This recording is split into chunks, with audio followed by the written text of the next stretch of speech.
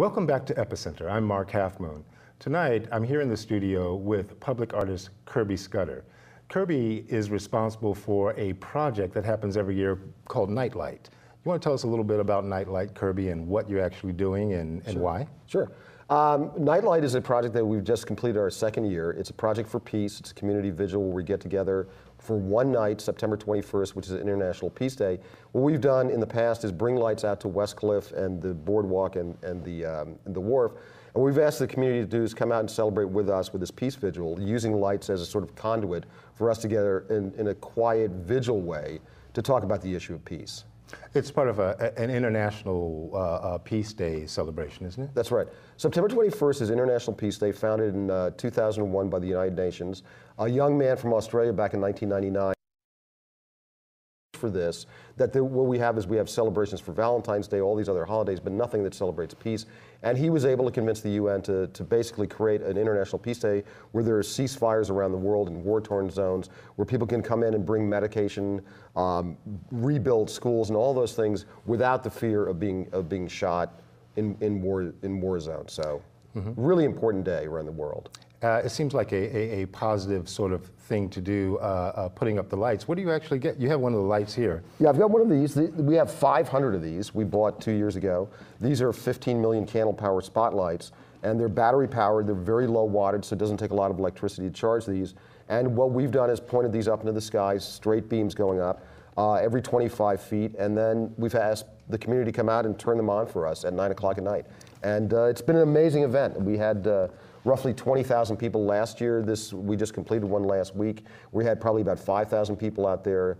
Just an incredible event for people to come together in a really quiet way to celebrate the issue of peace. A very important issue. Well, these lights, they look kind of expensive. How did you raise funds to get 500 of these big lights? No, we were really lucky. Two patrons, Joe and Debbie Quigg, who've been big supporters of the arts here, bought these for us last year, and we now own them, and we're using them every year for what's going to be an annual event. We're going to do it again next year. We're hoping to expand it down to Monterey, do all of Monterey Bay next year. The point is to basically have a visual symbol for our solidarity about this very, very important issue. And so we're just trying to bring community together. Well, this lights up the coast along West Cliff Drive. Are there other communities that have caught on to this nightlight idea? Well, there are a lot of people that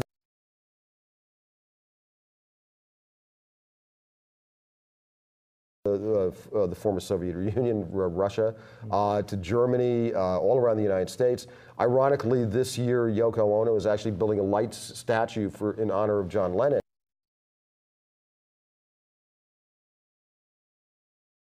The light seems to be something that a lot of people are using as a metaphor for us coming together in communion about this issue.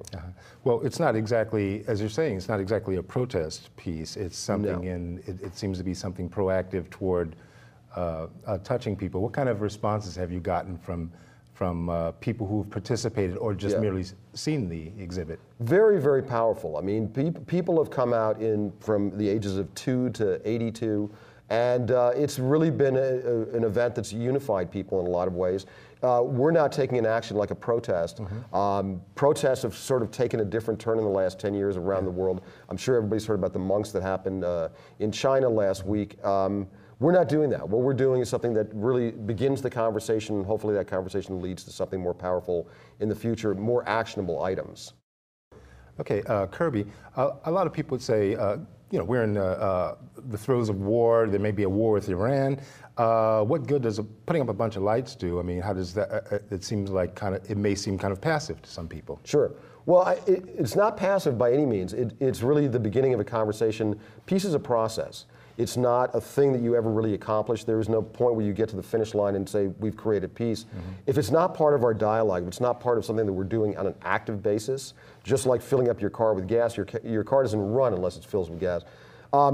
This is a project that is about bringing people together. I mean, I grew up in the 1960s where public opinion really influenced what happened in politics. I'm very frustrated as a person right now that people are really taking for granted where we're at geopolitically around the world, and we are engaged all around the world, the United States of America, in conflict. And so I'm frustrated. Yes, Nightlight is just one project, shines lights into the sky to use it as a conduit to bring people together. But the reality is that once Nightlight is over, we haven't solved anything. We need to move on. And so I personally want to do things that are actionable, that we can actually take firm action about where we're headed as a nation, where the world is headed. I mean, there is conflict in Northern Africa, there's conflict in Asia right now, all throughout, Persia and the Middle East is about to explode. What we all need to do is really spend some time devoted to that issue. And so Nightlight is just one piece of it. I have some ideas for next year that I want to put together a peace summit where we bring groups and organizations together where we have a real dialogue about this issue. It's not like it was in the 60s where it's about tie-dyed shirts and love-ins. I mean, that stuff is great. But the reality is we're in the hardcore threshold of conflict around the world. And whatever we can do to resolve that, we need to be doing that.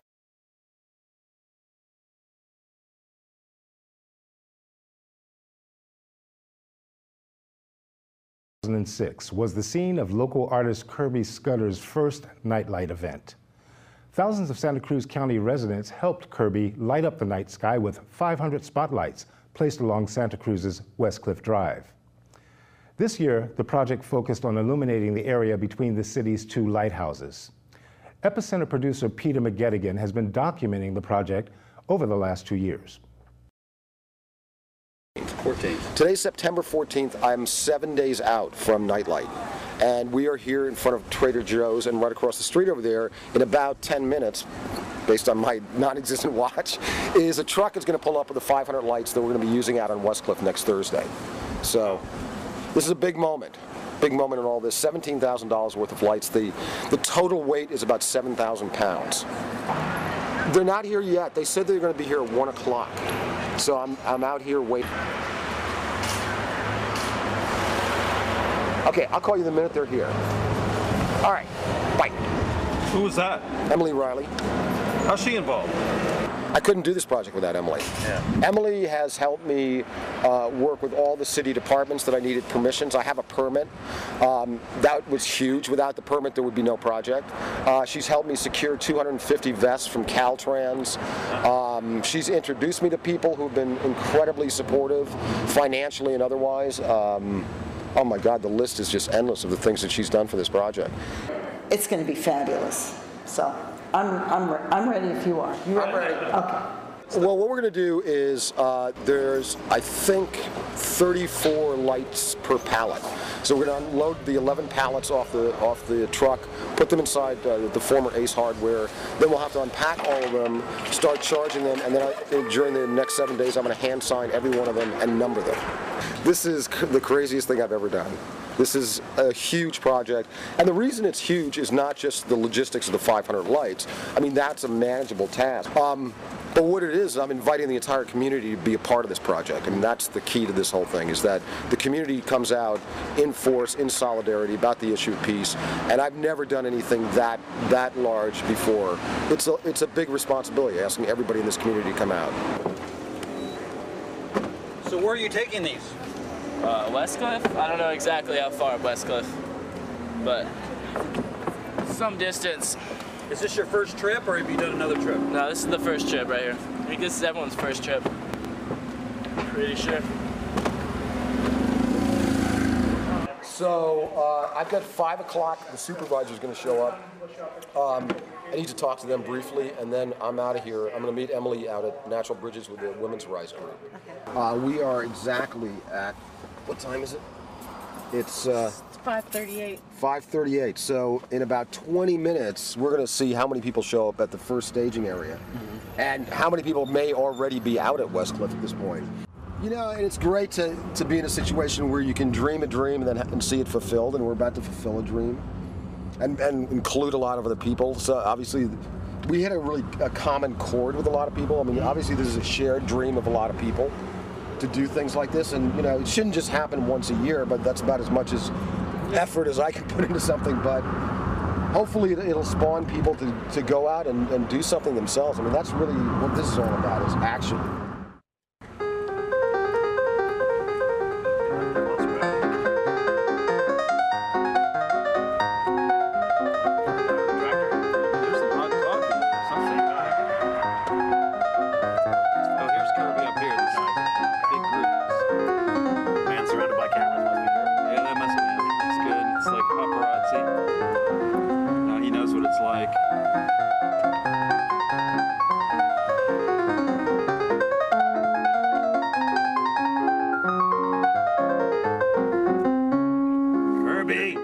Well, I think this is pretty incredible. You know, I was called by the Associated Press today. They want to make sure to get pictures because people have heard about this all over the country. So, you know, I think, you know, I've said it before, but I don't think there's anyone but Kirby who could make this happen in this way. And he's someone who dreams big, and unlike other big dreamers, he actually knows how to make things happen. So I think hopefully this amazing event will happen here tonight, and then you know, next year we'll be seeing it bigger, maybe the whole Santa Cruz County coastline, and year after that maybe the whole California. You know, last year was the first time event. Right. So I think there's a kind of excitement and, you know, kind of a, what is this thing all about, excitement. You know, as we're moving to make this an annual event, and what I'm really moving towards is having the community on this. But what we're really trying to do is, you know, ideally, and I said this yesterday to some folks, ideally I'd like to see this, you know, 5 years from now that I'm not even involved. I mean, I'd be involved in support of it, but it really gets taken over by the community, and this becomes their event, whatever that looks like. I mean, year one was, you know, I buy 500 lights, I put them out, you know, it's my kind of, you know, logistical orchestration. But what's really going to make this powerful is going to be when it becomes its own entity for this community.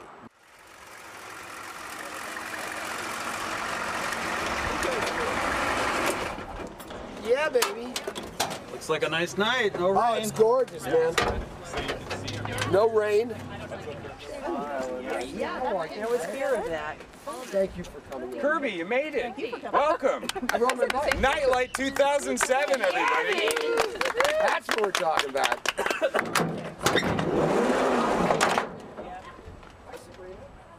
So it's lighthouse to lighthouse. It's lighthouse to lighthouse. There's the lighthouse. That's going to go on when it's dark.